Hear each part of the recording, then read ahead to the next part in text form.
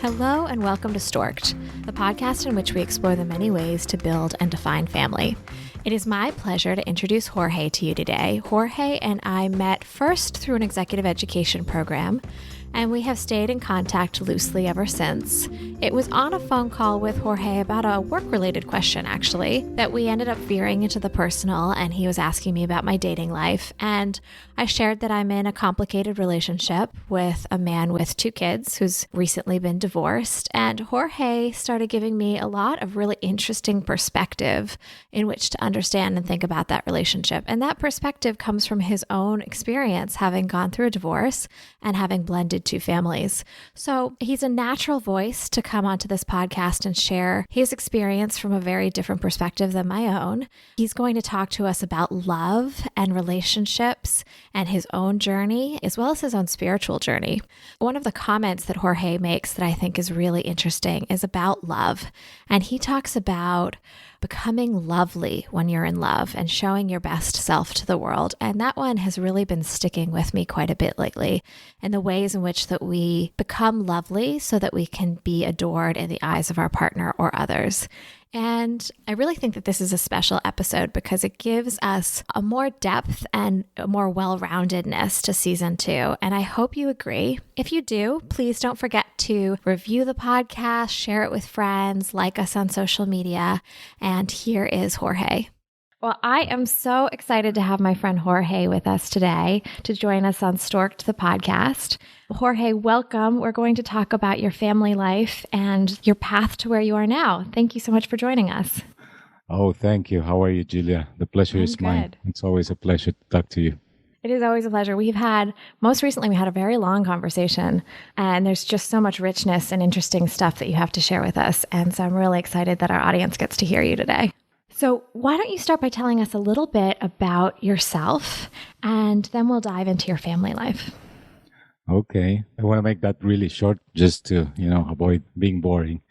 But I would say that the most relevant probably thing in my life is that I'm a father of 4 children and a son of God. I've been raised as a dietetic Catholic, but, latest in my life, I have basically got into it in a more profound way, which I think it has turned my life and took me to a much better place. Yeah, I know that to be true for you. We met in a professional context. We were studying together, and I always appreciated that you brought both the head and the heart to every conversation we had. Oh, thank you for that. That is something almost also recent because I used to be all head, but things happened in my life that reconnected me to my heart. So I think it's a combination of both. It's always about balance. It's always about balance. So you said you had 4 kids. How old are your kids these days? They're very close. They're 24, 23, 22, and 21. Well, it must be very exciting to have nearly grown children. Tell me a little bit about your path through parenthood and the way in which your family composition has evolved over time. Well, let me start with the beginning. I got married very young, age like 25, out of college. And my ex-wife, we met while I was in college. We had like 4 years together. And then we married. We stayed some years, fighting, making a life for ourselves. And then we decided to have children. We enjoyed a little bit of those first years with our own, freedoms. And then we had 3 children together, and everything changed. And then we had a very long marriage, about 15 or 16 years. I don't remember exactly. And then, things didn't work. We kind of grew apart and we decided to separate, and then we divorced, and I then got a second wife, and she had children, and I had my 3. So together we have 4. It's 1 hers and 3 mine, and that's my current family composition. So yeah, I went through a divorce after almost 20 years with the same person, because if you put the time we were going out, the dating plus the marriage, it's almost 20 years. Yeah, it's interesting because you started by saying that you really believe in blending head and heart. And here you are with a blended family, which seems to me to be a lot of heart in your family. How did you go about integrating the children when you started to first date and then marry your second wife? Well, to be honest with you, that was a little bit awkward. It wasn't easy. I see things different now than what I used to see back then. I think I was a little bit naive on my second marriage because it's not easy always when you come from broken families. I'm going to talk obviously about my own experience because I'm sure there's a lot of different situations, Yeah. and frames for different type of families and particular situations. In this case, I think, for example, it might be very different probably for widowers than for divorcees. I think it's always very hard to blend two families, two broken families, so to speak, right? Because there's a lot of different things that come from culture, family, I don't find the word, ways of doing things. Like routines and rituals and Exactly. There's a lot of things that for some people should be natural and for other people could be annoying. And then when you form your family from scratch, which now I believe I think it's the ideal situation. No, of course, families have a lot of emotional training to do because, it's always about, but things, when there's blood, things tend to flow easier than when it's from a blend because, you have your kids together, you raise them together. It's something that flows naturally. So what I'm trying to say is I think it's ideal to have a family from scratch, marry young, have your children, then you have your young children. And then, despite all the complications and all the problems that are always in families, I think that you work it out somehow. Now, when you have two families that were, set up in different homes and then you have a blended family and there's all this cultural clash, there's other factors that also take place as, for example, I don't know, guilt. There's always guilt from people that get divorced, at least with the children. guilt. And can you explain that guilt? What does it feel like? Well, you always look like? Well, of course, your children suffer. The children always want to see their parents together, right? So when they're split, they're suffering. So you feel guilty for that sufferings that you put upon your kids. And there's also manipulation from exes that throw you also into that guilt trip, so to speak. So when something like that happens, you kind of undermine your parenting skills because you want to make it up. So you allow things that you shouldn't allow. Mm-hmm. You try to compensate for the things that you wouldn't do otherwise if you were, without that sword in your head, so to speak, Do you have an example of allowing your kids to do something which the previous Jorge might not have allowed them to do? Well, first of all, it's not only allowing, it's about, trying to compensate. So now they have two homes and they have two Christmas gifts and everything is two. So they get a lot because you want to make sure that you're providing them with everything and, protecting them for their suffering. And so they get an extra sense of entitlement and now they have more options. So they kind of pick and choose whatever is it best for them.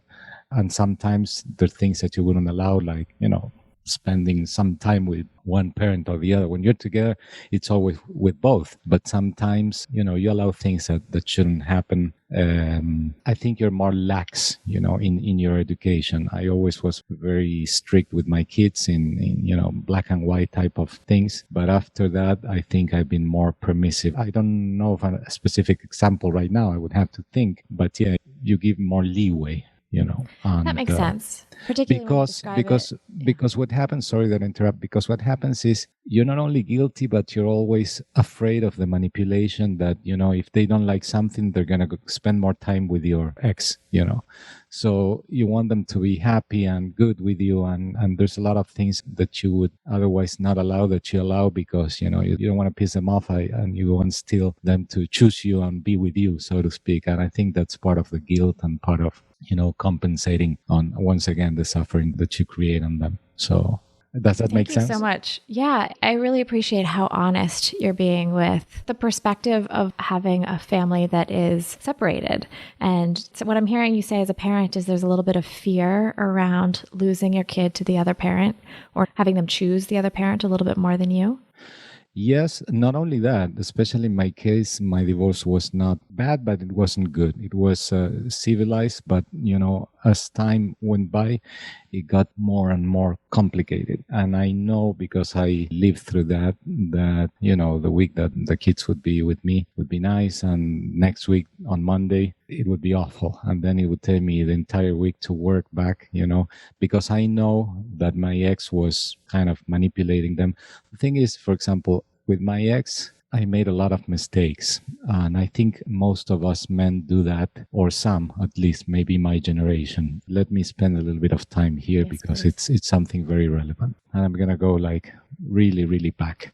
I think that I got married really young. I was more innocent. Of course, I was more naive, so to speak. And there's a big difference between love and want, so to speak. Love is selfless, gives everything, and wants everything. It's kind of selfish.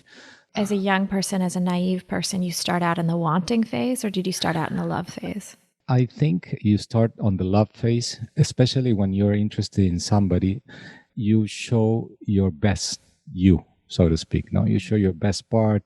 You're dating. You want to seduce. You want to gain the other's heart. So you show your best version of yourself, so to speak. So you become lovely, right? Because you're all polite and you're all caring and all that. So you become lovely. And because you become lovely, the other person falls in love and vice versa. And I think that the word is completely wrong. It should be raised in love, not fall in love. But by being... that. Wait, stop for a second. Raised in love versus fall in love. Meaning, growing up together? Growing up, yeah. Raised in love instead, because it seems like love is something dumb or stupid, or it's not the case. Love is the best state of the person. The more loving you are, the best you are, because you're considerate to the other, you're selfless, you're showing your best qualities, and that's why you become lovely, and then that's why people love you, because you're all giving, basically. Can you give me an example? Who was the Jorge in your youth that was lovely? What did he look like? What was he like if we were to have met him then? Well, I would, for example, put myself at the back always. I would kind of look at my ex as my princess or queen, so to speak, and try to, bend myself backwards and give everything, do every sacrifice to protect her, to give her everything, home, trips, things, whatever, you name it, And when you're young, it takes a lot of sacrifice and work, but it's okay because it's kind of a reason for you to do the best that you can for the other person. Sounds really nice, actually, to be treated like a queen. Yeah. And then but there's a trick to that. And that's what I want to get into. It's going to be kind of the conclusion of this. And then when children come, it's kind of the same thing, but it's deeper because now it's your own flesh and blood. So you want to do everything for them. And then you really take the back seat. And when you see these, young creatures that are so in the fence, so to speak, so that really need you, they cannot survive without you. Everything changes, everything shifts. You start for the first time in your life, you not only get a life insurance, but you start thinking about how to protect them, and you put them first, so to speak. So it's really life-changing to have children because it shifts the center. Now you're not the center anymore. When you're alone, you're the center. When you're with somebody, the other person is kind of the center. And this is when you're a loving person, right? And you shift all your focus and your interest to the other person. And when you have kids, that's kind of the focus. But what happens is that at some point, because we're humans and, we make mistakes and we're prone to mess things up, and there's a lot of temptations and things coming along that makes you selfish, you start shifting from the loving being to the wanting being. So you start, kind of negotiating and trading. Well, I'm giving you all this, but, what's in it for me? So now you start on the one side. And when you start on the one side, you start having expectations. You're giving because you want something back. And then you start requesting or demanding. You get more demanding. And when you get demanding... shifting yourself back into the center? Correct. Yeah, because I say, okay, I'm doing all the things, but what I'm getting in return. And if you're not getting... Is that appropriate at all? Like when I hear you talk about moving away from the center, first making your spouse your queen, and then eventually making your children the center of your life, that sounds really beautiful, but I also hear a little bit of a loss of self, like you may be losing some of your own space to be you. So now what I'm hearing is wanting, you're framing it in a very negative way, but the alternative way of looking at it is reclaiming some space. Is that incorrect? No, that is correct. That's another very nice way to see it. I'm not judging here. No, I'm kind of stating some facts that typically affect the dynamics of any relationship. So it starts really nice. It starts in a loving way. It starts, especially when you're young and you don't have all these, bad influences of, life and life wars, scars, and all the things that condition your behavior. But when you're still innocent, I always say, I never trust anybody that over 30 years old. No, because before 30 years, you still have, this niceness, and probably that age has, over generations come down. But I don't know. I think you still have good things in your heart. And then as you get beaten by life, you start hardening your heart and thinking more and feeling less, sort of as a protection. So at least that's what happened to me. So yeah, you shift back, you reclaim some of that space, and that probably is a mistake that we all do. But what happens is that it's not only about you claiming that space, it's also about teaching or kind of engaging into a dynamic when the other people also is loving with you. And I can give you an example on that. Please. Let's say that you give something to your kid, something that he needs, whether that's material or emotional or whatever. And then you need something from them in that back and forth, and they deny it. Or with your wife, whatever. I would spoil, kind of, so to speak, my ex-wife with as much as I could, because once again, it's your queen. You love her. You want to make life as beautiful as possible. But if you don't expect anything and you don't get anything in return, and at some point you need something and it gets denied, for example, at some point in my life, I was traveling a lot, and I would, travel for the week and come back on the weekends for work. And I would tell her, yeah, I'm taking a plane early tomorrow. It would be nice if you take me to the airport. We go together. You say goodbye, and oh no, you take a cab. I'm not doing that. I just want to sleep late, which is something that, my case was specifically with my ex. It's more like the Latin American chauvinistic mentality, where wives don't do anything. They have nannies and help, and they basically wake up late and they get breakfast in bed and they meet with their friends to play cards or, have tea and criticize the friends that are not there, those sort of things. And that's a big stereotype right there, but it sounds like, frankly, it doesn't sound like a very fulfilling life, but it also sounds like it may be hard for the spouse of a partner in a situation like that. Yes, there's good things and bad things about it. If you look at it in an old-fashioned way, family really matters. There's a few things that you can do more important than having kids. I always say you can do anything. My activity is real estate, and I build buildings, right? And I build very, very iconic buildings that are standing there that I drive by and I see them and I feel really proud. But at the end of the day, it's still an object, it lives because there's people living inside of it. But otherwise, there's really nothing in anything that a person can create, whether that's art or a building or a book or, the act of creating life, another person, is kind of the utmost, in my opinion, it's the utmost act of creation, because you're creating a life that has the ability to grow by itself, and you're leaving a person on this world that can, affect positively or negatively, of course, the world. But if you do a nice painting, it's a dead object. It's nice because people are going to see it in a museum, whatever, study it. But at the end of the day, it's just an object. But a person, it's living. Yeah. So I always say, and this, of course, is basically something very important, that, the ability that women have to bear life is fantastic. And that is something that needs the most respect. But at the same time, it's not just giving birth, it's raising a family. So I'm all for spoiling your wife if she really takes care of the family and makes good people in the world just to push, things forward. And that is a tremendous job. Being a mother, raising children, it takes a lot of time. Taking care of household takes a lot of time. It should be seen as something of absolute, probably one of the most valuable things. But that is one thing. Another different thing is spoiling someone to the point that she wouldn't go with the children to school. The children would walk by themselves or with a nanny.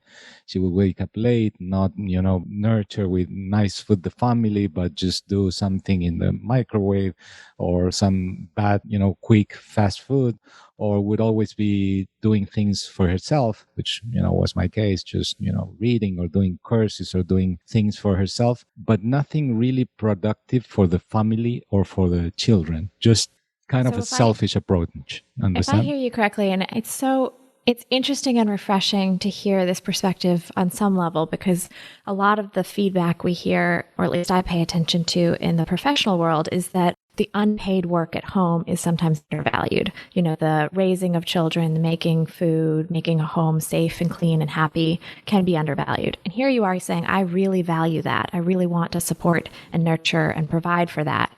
But it has certain, not strings attached, but expectations associated with it. I expect that if I'm providing that the kids will be nourished and guided to school, and that I will be nourished and that food will be provided. Is that what I'm hearing? Absolutely. That is exactly what it is. And of course, there's some also quality to that is expected because, as I said, one thing is just to be a spoiled creature, just, sleeping and consuming and spending money and, swiping the card right and left without even knowing what that means or what it takes to provide for that. And the same way a man wants to treat a woman like her queen, I think that a woman needs to treat the man as a king. And when that doesn't happen, there's a disconnect. So if you're... What does that look like? You've described really clearly in your perspective what treating somebody like a queen looks like. How did you want to receive love? How did you want to feel like a king? In every stage of life, in every little detail.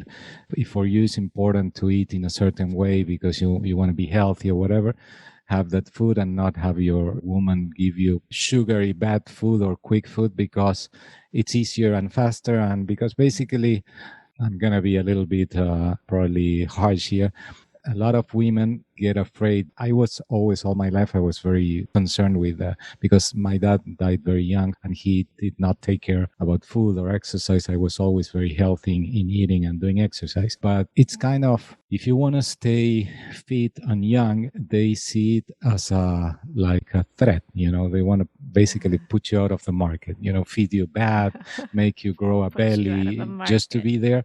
And you start feeling like an ATM because now everything is about, there's like this sense of entitlement. At least this is what happens to me. When you spoil somebody and you don't kind of educate or demand back things, which is something that I would never do because it's how I was kind of raised, that's when you start feeling a little bit abused, so to speak. And that's what we were discussing before. You start trying to reclaim some of that space because when you go to what's in it for me, you get nothing. No, so this is kind of unfair. So you create this as a man. If you spoil a woman to the point that you don't ask anything in return and you don't get anything in return, at some point you lose like interest and you lose even respect, and you start getting, pissed because you say, come on, I mean, simple things. Can I ask a difficult question? I'm curious if the dynamic that you're describing, feeling like you're giving your all to somebody and you're not receiving much in return, even the small things. I'm curious if that is contextualized in your Latin upbringing, the king and queen language, or if it has to do with having a certain amount of financial privilege, or do you think it's universal, regardless of socioeconomic status, regardless of culture, there's a desire to be treated like a king or like a queen? I think that all of the above, but let me put it in a different way. Sure. If you have a child and you spoil him, he's going to get spoiled, right? So there's a little bit of everything that you said in the dynamics, because you have, and that was my mistake, and I think a lot of men do this, you create these monsters that, get used, and they think that, money and success or whatever grows in trees, and they get this sense of entitlement. And then they want everything and don't give anything in return. So it works with a woman, it works with a man. If a woman does that to a man, gives everything and doesn't ask anything, and it works between parents and children. So you can really spoil your children, and the same happens. But in this, loving, caring relationship that we were talking in the beginning, if it's not kind of symmetrical, if there's no love on both parts, and one is kind of giving selflessly and the other one is just taking advantage or enjoying the ride and not giving back, at least on things that you express that you need and you don't get back, I think things get out of balance. And then you start falling out of love, so to speak, or that would be falling from love, raising in love and falling from love. So that person, you start becoming more, you're not loving anymore. Now you're demanding, you're unhappy, you're not your best self. You're not your best self. You start getting selfish. So you fall out of love and you start growing apart. And that's what happened with you guys. I'm curious. Yeah. I'm curious about knowing the dynamic that happened in your first relationship. How did you approach your second marriage differently? Well, I think they go together, because one of the things that happened to me it's different when I had 20 than when I have 30 or 40 or 50 now. But back then, when we started growing apart, one of the things that happened is that I got pretty successful in my career, successful in a way. I had like these expectations from my career and could achieve things that were beyond my wildest expectations. The same thing with money. I wouldn't have to worry about money. So I was providing a lot for my family. So you create this spoiled sort of environment, and everybody takes things for granted. And then there's very selfish attitudes. And, when you're in that spin, you tend to get arrogant and prideful and your ego came into play a little bit. Exactly. You and everybody that's under your roof, so to speak. So you're not grateful. You think that, you deserve it. Things just come. There's this sense of entitlement, and we're not entitled to anything. We have to earn things. Everything that we get are either blessings or we earn it through work. So I guess that happened to me in a way that I got more prideful, and I started falling out of love, growing in a different direction. And I would find myself on close to my 40s with all this success, like someone at home that was not paying attention to me at all, that I was like an ATM sort of thing to draw money from.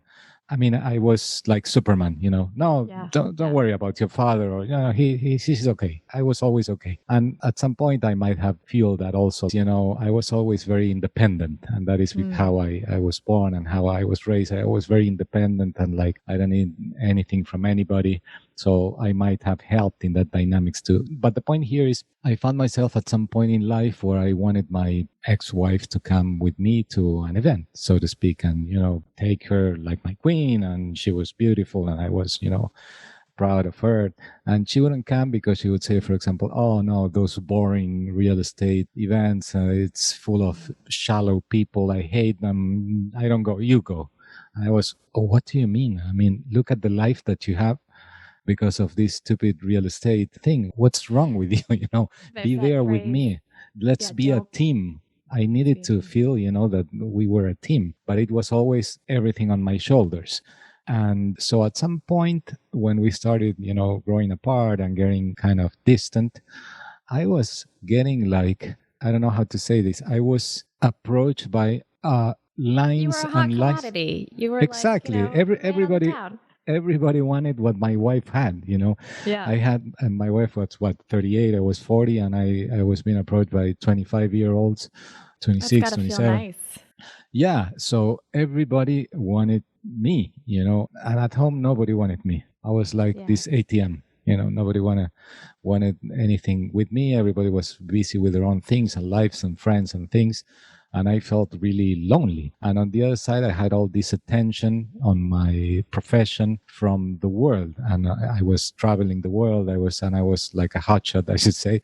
So of course, there's temptations. And I fell in a lot of different temptations. And I said, well, I'm desirable, And in my marriage, I felt that I was like a thing, I didn't get all this love. But outside my marriage, I was loved by all these people.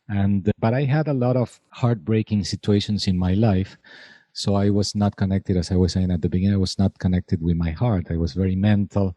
People liked me, but in a way, with respect. I was, people kind of feared me, so to speak, but at the same time felt attracted. So I was this harsh, cold-blooded. Very weird position to be in where you don't feel desirable or desired on the inside or at home. Here you've got all this attention, and I can imagine it's very disconnecting. Yeah. And I do want to talk more about your journey to move from your head to your heart. And you've talked about that a little bit. And I want to talk a little bit about your blended family life as it looks now. Yeah, absolutely. So Sure. in one of these relationships, I was, in my process of getting separated in a divorce. I started dating and dating and dating. And I just I was feeling kind of, I would say resented, and I wanted to like revenge. So I was, having yeah, because I felt, mistreated in my marriage. And so I was having all these women and just wanted to make them fall in love and dump them.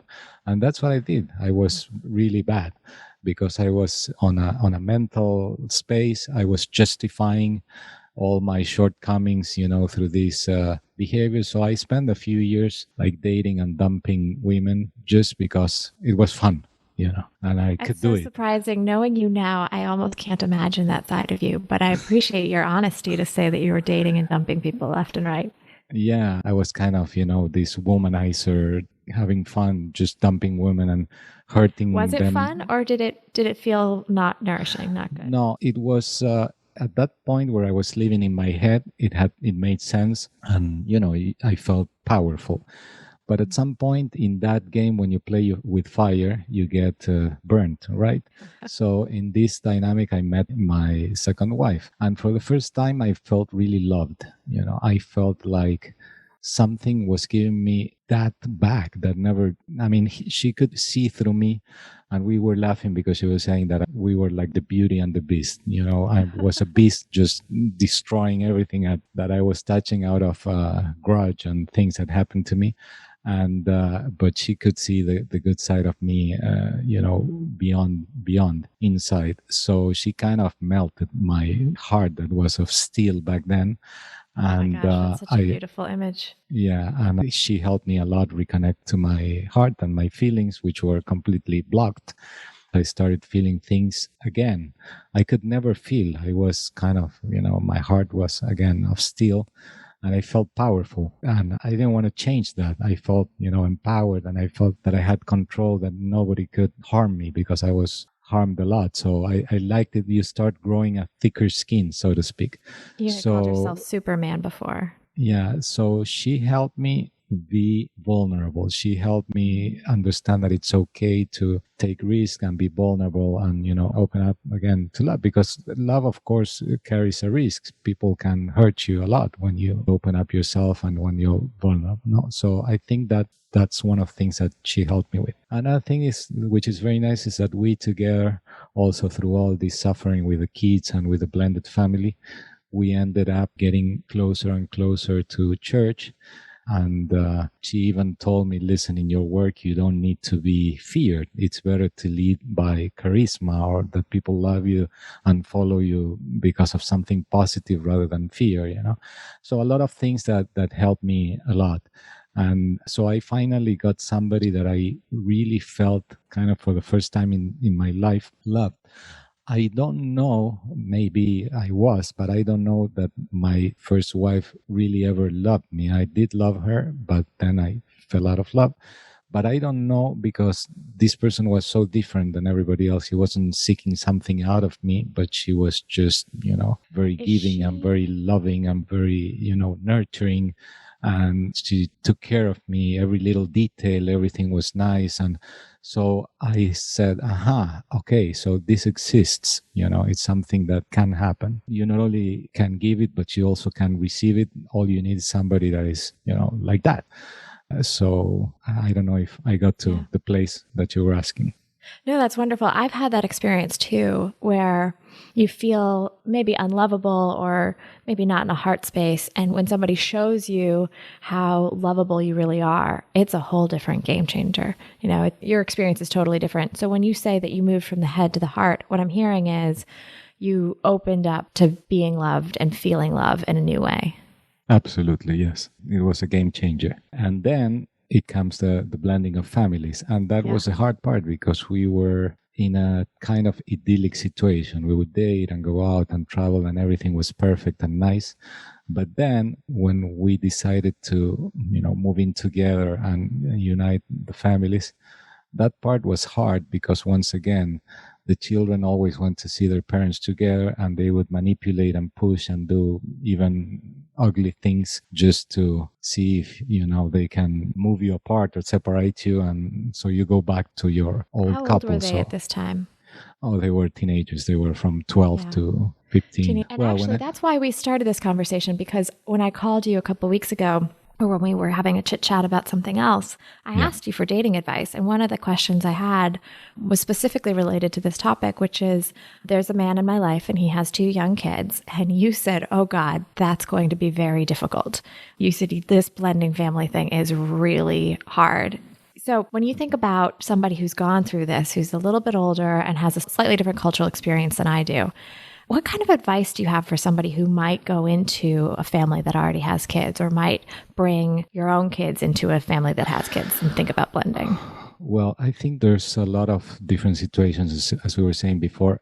One thing is what happened to me, or when I created, of course, the natural thing. You get married, you have children. Nobody has children, you have your own kids, and then the family grows and evolves and you have your grandchildren. With all the difficulties and with all that entails, which is not easy at all, everything flows, it moves ahead. But once you start with this blend and with these steps, fathers and step-in-laws, there's so many different dynamics, so many different educations and backgrounds, that it's very difficult to, unless, people are really, really open and selfless and tolerating, and it's not easy. It's not easy because people could be doing things that are annoying to you without even knowing. It's just their own backgrounds, and you think it's bad and they think it's normal, and vice versa, so to speak. So all I'm saying is, it's not so easy. It doesn't flow the same way when there's 2 broken families stitched together. I might be wrong. Do you believe that families that are the product of divorce are broken? Do you think that there's something severed or incomplete about them? No, I think that they can work. But when I talk about broken families, all I'm saying is, all other things equal, when you blend, there's always, hiccups and road bumps, and they could be easier or more complicated.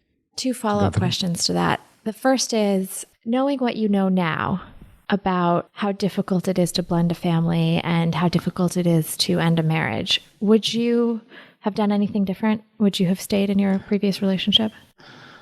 Yeah, that's a tricky question. I don't know. Probably it's not a yes or no answer. I may have tried more. I may have acted, with more maybe tolerance and not jumping into conclusions. I did try. I mean, we tried for 5 years, but we tried in a way that was, when you try, but when your mind is made up. So you try, but you really don't try. So yeah, probably I would have done things differently. My advice would be, as much as possible, to people that are considering divorce, to think twice, 3 times or 10 times, and do as much as you can to, keep it together, and really talk and communicate and be open and not judge. Try to understand, put yourself in the other person's shoes. Try to understand and fulfill what's important for the other side, because it's a really bumpy road. It has a lot of thorns that you cannot imagine of when you start the route, and it hurts, and it hurts a lot, not only to you but to other people, and there's a lot of damage, no matter how well you manage it. Yeah. And I'm not even talking about, economical damage. It's mostly emotional damage. There's a phrase that I love. I don't know how to say this in English, but there's a phrase that I love, because I was telling you that more and more over the last few years, I become more involved with religion. Yeah. And I've heard in Spanish, and then tell me what it means. Well, it says, Dios escribe derecho sobre los renglones torcidos de los humanos. It kind of translates to, God writes kind of straight in the crooked lines of humans. So what do I mean by this, or what at least I understand about this, is we all are blessed with a lot of things. In my case, successful work, a beautiful family, whatever. And we don't think that we're blessed. We're not grateful for that. We kind of, once again, take it for granted. It just happened, or it's our own making. So we don't really realize how many blessings we have until we start losing them. So we get all these things in life, a nice family, a nice job, a career, success, friends. And we're not really grateful for that. We take that for granted. We're selfish. We do things that, mess things up. We end or terminate our relationships because of what we were saying. We fall out of love. We start centering ourselves and demanding. And so that's where we start to crook all the lines, the book that we're giving, we start writing, and instead of writing straight line over line, we start doing that. And once we start, falling out of love and being selfish, we start crooking all the lines and writing. But then things happen to us that force us, and that's typically through suffering. What we don't do through intelligence, we have to learn through suffering. And suffering is good because it humbles you up. Now you start thinking and realizing, well, listen, I had all the things and I really, was selfish and I didn't care. And I just wanted to, be loved so bad. And I started dating these women. I started thinking about myself, and then I destroyed and I started crooking all this. But then as you go through all this suffering humbles you up, and you kind of kneel down and once again realize that you can't deal with everything. It's not up to you. You need like a higher source of power to, help you out and navigate difficult times. So you go back and you revert back to God, and you start seeing things at a different light. I think it's so interesting that your interpretation of that statement is that the humans create the bends in the sentence, that they make the contours or they make it crooked. Because when you first said that sentence, I sort of imagined it like the way I interpret it was, even though the script is curvy, the lines are straight. So God has written some straight lines, which to me means even when things are bumpy, there is some plan, there's some intention. It's meant to be that way. Yeah. Also that, the good thing about the scriptures and the word is that there's so many interpretations. It's so profound that it says a lot of different things to different people. And that can definitely be a way of looking at it. What I meant is a lot of people oftentimes said, why does God allow suffering? It's not God. We get life, we get things, and then we can do great things with that, or we can mess things up. So if there's suffering, it's not because of God. It's because the wrong things, the wrongdoing that we do to ourselves and to others. So what I'm trying to say is all these things that you were saying, would you do the same? No, I made a lot of different mistakes, but at the same time, here it comes what you just said. Even though I made all these mistakes, I crooked the lines, at the end of the day, God's plan is always, for the good, because even out of a bad thing, he would do a good thing, which is humbling you up and making you realize about all the things. And the way that he has written straight on my crooked lines is giving me a person that would help me, reconnect with my life, giving me a second chance to build this family. There were a lot of challenges. There were a lot of things. But even though we mess up things, if you allow it and if you're humble enough, it would help, rebuild you back and put you in a better spot than before. I have one more question for you, Jorge, and that is, having gone through a divorce and 2 marriages and a blended family, and also this journey, this spiritual journey back to your center, back to your connection with church, how do you define family? How has all of that informed the way in which you think of and define family for yourself? That's a nice question. I think maybe a simple way to put it is, family is probably where life begins and where love should never end. Oh gosh. Wait, let's say that again. Family is where life begins and love should never end. Sorry. Yeah. That's amazing. I've really enjoyed getting to chat with you today. This conversation took a lot more depth than I expected. I thought you were going to give me all this advice on blending family, and we got to such a more rich and interesting place, which thank you for that. Thank you for the honesty and for the openness. My pleasure. Now, it's no surprise to me that after we talked about all this, your Instagram handle is not about your professional life. It's about your connection to spirit, your connection to your religion, to church. I want to thank you so much for your time today, and I really look forward to chatting with you again in the future. And thank you for everything. Appreciate your time. Absolutely, Julia. No, thank you for the opportunity. And I only wish that, this helps other people that are headed to places where I was going to or going through. And if it can help, ease somebody and save some suffering, that's the entire purpose of this. And this was lovely. Thank you very much. I appreciate it. Thank you for listening to Stork'd with your host, Julia Carroll. This podcast is changing the conversation around the ways people define and create family. If you like what you hear, please support us by sharing with friends and following on Instagram at Stork'd_podcast.